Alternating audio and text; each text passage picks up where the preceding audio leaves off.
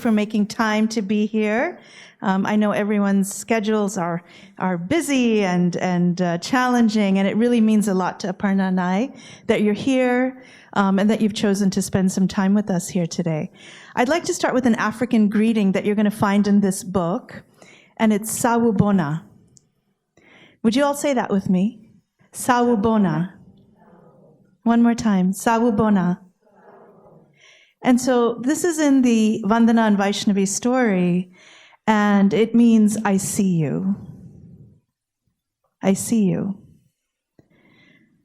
It gave me goosebumps when I read that particular story, because I think that's probably the biggest challenge we face in our personal and professional lives, is to effectively see each other and hear and feel each other and really understand and respect each other.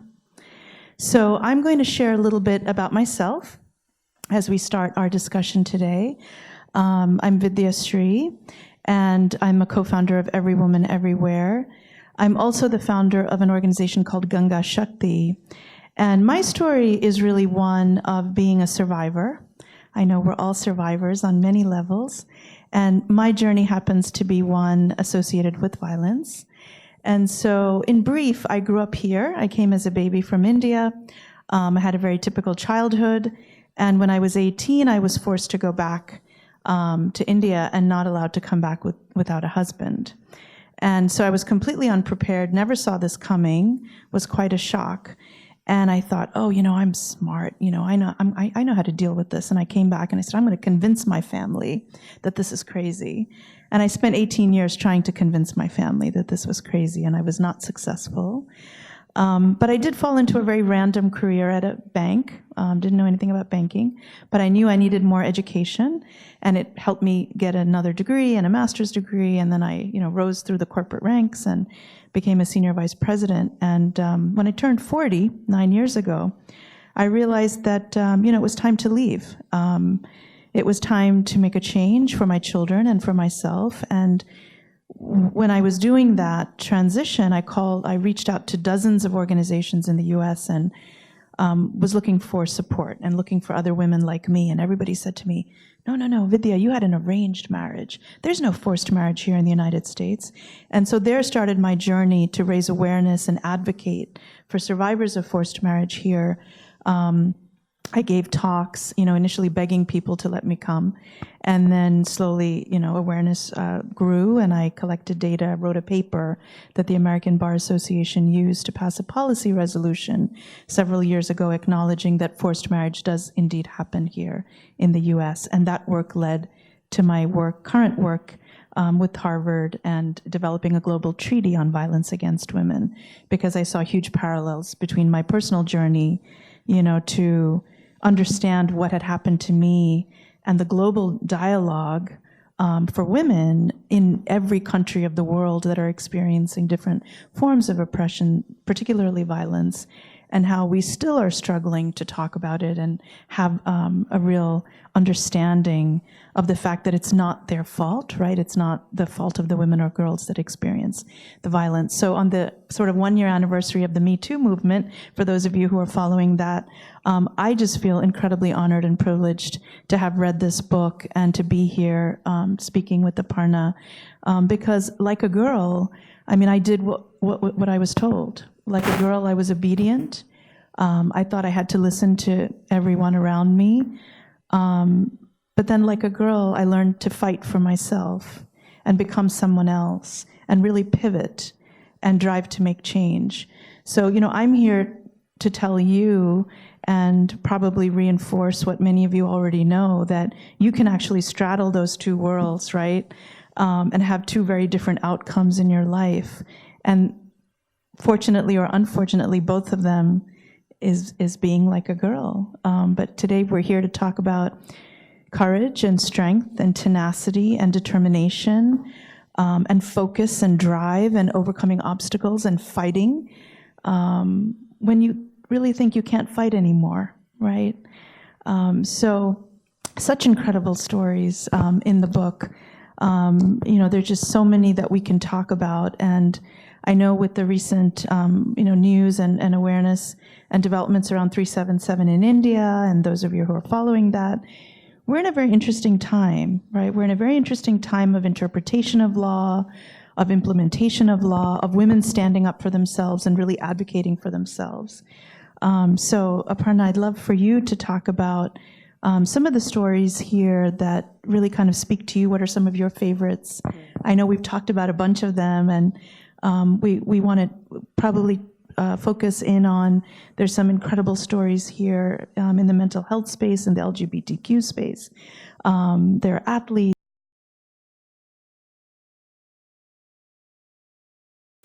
Thank you, Vidya, for being part of this. Incredible stories like this are what I heard while I was writing this book. Thank you, everyone, for coming. I know you have busy days, and I'm really glad to see some family here, too.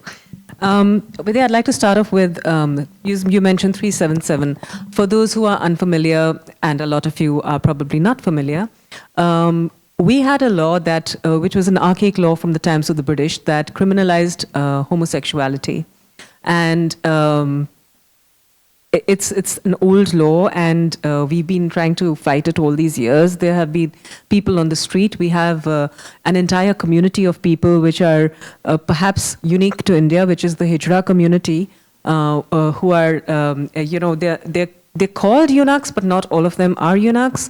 And there are a bunch of people who even identify as transgender people, and they are part of this community, so it's not specifically just to do with body or chromosomes. There are a bunch of people who identify as the Hijra community. The Hijra community are a bunch of people who pretty much have no home. You'll see them on Indian streets all the time. They're dressed in women's clothing, and a lot of people find them scary because they come up and they clap in front of your face, and they make loud noises, and they're basically just asking you for money because they are very impoverished communities, and that's how they make their money. But people make a lot of fun of them. But they have been on the streets as far as I can remember. Like, even as a child growing up, I always saw people from the Hijra community all around. Then it became this slightly elite movement where you had like people who were educated, people like us who identified as gay or transgender or whatever it was. And under the law, none of them could indulge in acts of sex. So there has been a fight on the street, and then it's gone to the activist level, and then it's gone to the lawyer level, and then it went to court a couple of weeks ago, and we had an extremely incredible bench of 5 people who overturned the earlier decision, and now being homosexual in India is no longer criminal. So as of 2 days ago, this new law was passed. So that's a big win for the entire LGBTQIA community. Yeah, it's really fantastic. So to introduce this concept to children is kind of tough because people don't talk about having families or people who love same genders or who have sex change or any kind of, any of those tough issues. So I had to introduce it in the book because it is a very important part of the entire conversation. So I don't know if any of you know of this chef called Ritu Dalmia. She's got like a lot of restaurants in India, and she's got a fantastic one in Milan. And she's this really bubbly 42-year-old woman. You go meet her, she has a beaming smile. And she was one of the original petitioners for the new law, she and 5 others. So I'm going to read you. So when I met her, I was like, I have to talk about your story. And it was considered like one of the lighter stories, but at the same time, I want to talk to you about it because I want to tell you what she said. And of course, I've not marked the page, but I will find it in a minute. And while you look, it's interesting, Ritu, when she was little, would ask for blocks of cheese as a present, when her father would go on his travels. And that's sort of how she started to find her love of food, by getting these blocks of cheese and getting some pocket money and experimenting and cooking. And so. And she came from a very traditional household. It's the entire Marwari community in India is extremely conservative. The girls get married, they have arranged marriages, or what did you call them? So forced marriages. Forced marriages, yeah. Yes. So they have arranged marriages, kind of like forced marriages. You barely know the person when you're getting married to them. And you're vegetarian, right? So Ritu, here's this young girl who at 16, she went to college for one day and she was like, I hate this. And she never studied again in her life. And then she was off to start an Italian restaurant with smoked salmon and all sorts of like piccata and stuff like that. Anyway, so I'm going to tell you a little story. So the way I introduced it to children is what I really want to talk to you about. So 12-year-old Ritu was listening to her teacher talk about apartheid in South Africa. There were the fair people, said the teacher, pointing to herself. And there were the dark people, she said, pointing to the rest of the class. The English-speaking ones and the natives. There was discrimination against dark native people. The irony of the statement hit Ritu and her classmates, and Ritu started giggling. Unfortunately, giggling always made her snort. As she started to snort loudly, the rest of the students joined her. The teacher was furious at the disruption. As a punishment, Ritu was made to climb into a large dustbin until the period was over. It was a spot she found herself in many times over the next few years. So it started like this, and then we talked about her love for cheese, travel, dropping out of college, and then the way I introduced her entire sexual orientation was she decided to leave India and open a restaurant in London instead. The restaurant Vama was a great success, but Ritu was in love with a woman in India. So she moved back to Delhi and set up the now popular Diva. So it was a simple sentence in the book, in the story, that introduced the concept of a woman being in love with another woman. Now, when I do that, it's just such a subtle cue, but I believe at that point of time, probably the child is going to say, wait, what?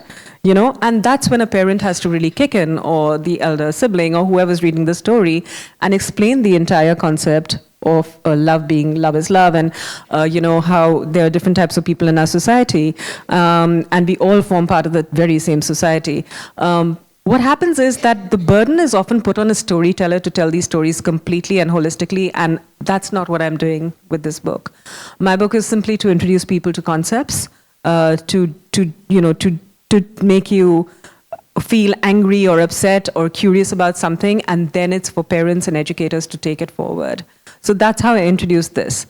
Then the other bigger story was the Gauri Sawant story, and Gauri Sawant is this incredible woman who was born as a man, and you know, even as a young boy at the time, she felt very inclined towards being a woman, and she would play with the girls, and she would come home, and her father was completely disgusted with her, and he never spoke to her because everybody would say that, oh, you know, he's like a girl, and like, this is so strange, this is not normal.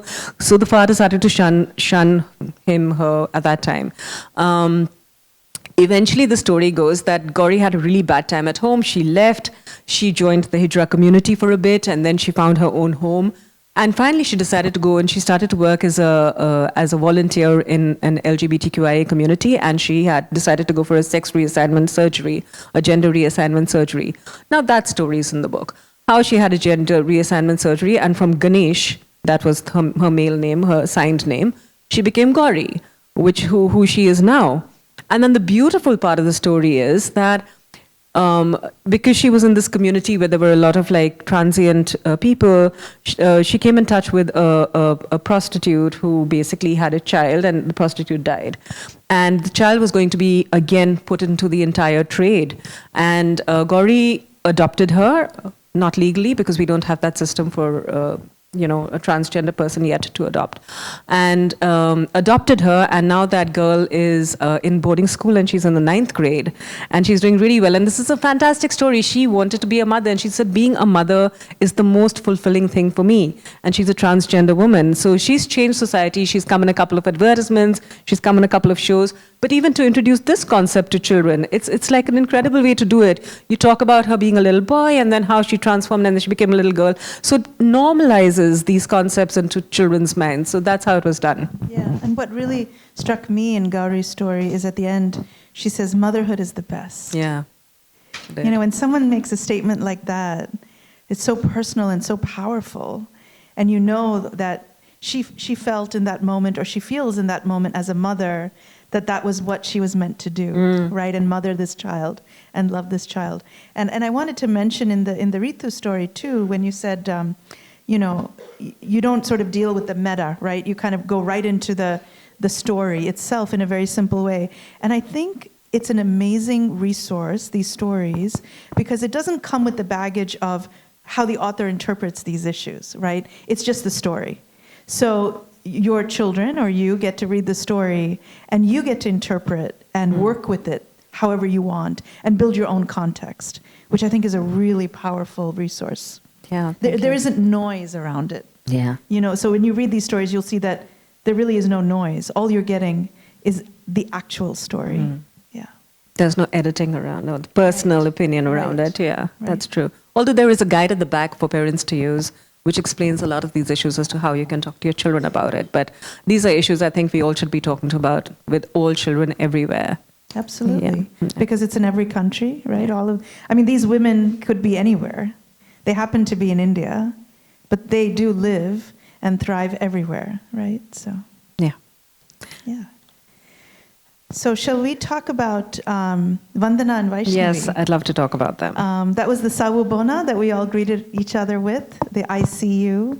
And it's an amazing story about how these two women meet and they start a center, the Banyan Center, and really go to the heart of mental health for women in India and how there's such a marginalized community. I mean, they're disowned by their families, they're forgotten, they're sometimes just running on the streets, which is captured in this story, and how they really took it upon themselves to create a solution. Yes. Yeah. So Vandana and Vaishnavi were two young girls who were straight out of college, and they met. And I'm just going to give you a little bit of background before we get into the reading. They met, and Vandana was doing mental health care, and Vaishnavi was in management.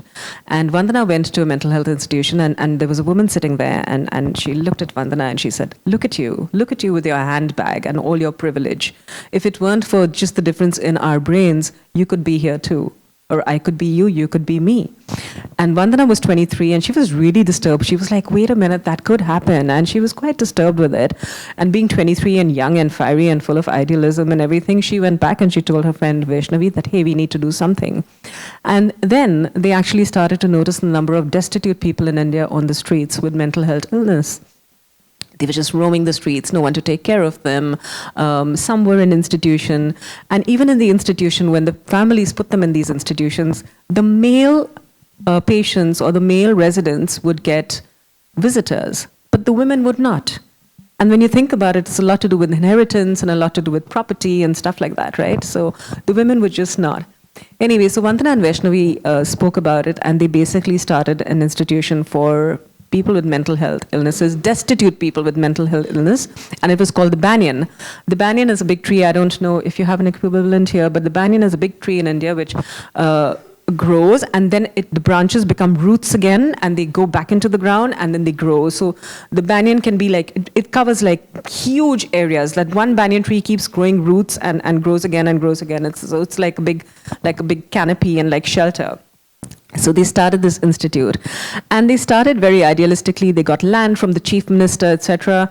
And then they were like, okay, now what happens with people with mental health illnesses? Like, how do we send them back? How do they go back? Some people didn't want the members of this family back. Anyway, so I want to tell you a story about really, like, this story like gave me goosebumps, and I was like crying. And whenever I say it, it's really one of those touching stories. So it's about one of the women in the institute. One of the women in the institution, Ram Kumari, was from a little village of Pratapgarh in Rajasthan. She kept asking Vandana and Vaishnavi, to let her go home to her husband and children. She even stitched clothes for her children. The girls agreed and took her to the village. But once there, Ram Kumari couldn't recognize anything. They took her to the local police station to see if there was a missing persons report. Just when they were about to give up, a man on a bicycle recognized Ram Kumari. He asked them to follow him to her home. In the distance, they could see a house decorated with lights. When they reached the house, the first thing they saw was a picture of Ram Kumari with a garland around it. Her family thought she was dead. As Ram Kumari stood there uncertainly, her children rushed to hug her, weeping. Ram Kumari took some time to understand that her children had grown up. She had been missing for 6 years. Her family was ecstatic to have her back, especially because it was the day of the eldest daughter's wedding. Cheer up. And this kind of thing happens so often, so often. Yeah. It was a magical moment for Vandana and Vaishnavi. They now knew that their patients could be rehabilitated and could finally go home to live in communities. So, I mean, this kind of stigma and this whole process of women getting lost, right, because they're facing mental health illness is prevalent everywhere. I mean, I think it's also prevalent here in the United States. It's just, it shows up differently. It looks a little different, right? I think that we have an equal amount of stigma and taboo and so much noise surrounding mental health. You know, I think we as a community, a global community, an American community, you can call it whatever you want to call it. I don't know that we're ready. I don't know that we're ready as a group to really understand and accept people with mental health illness, especially women.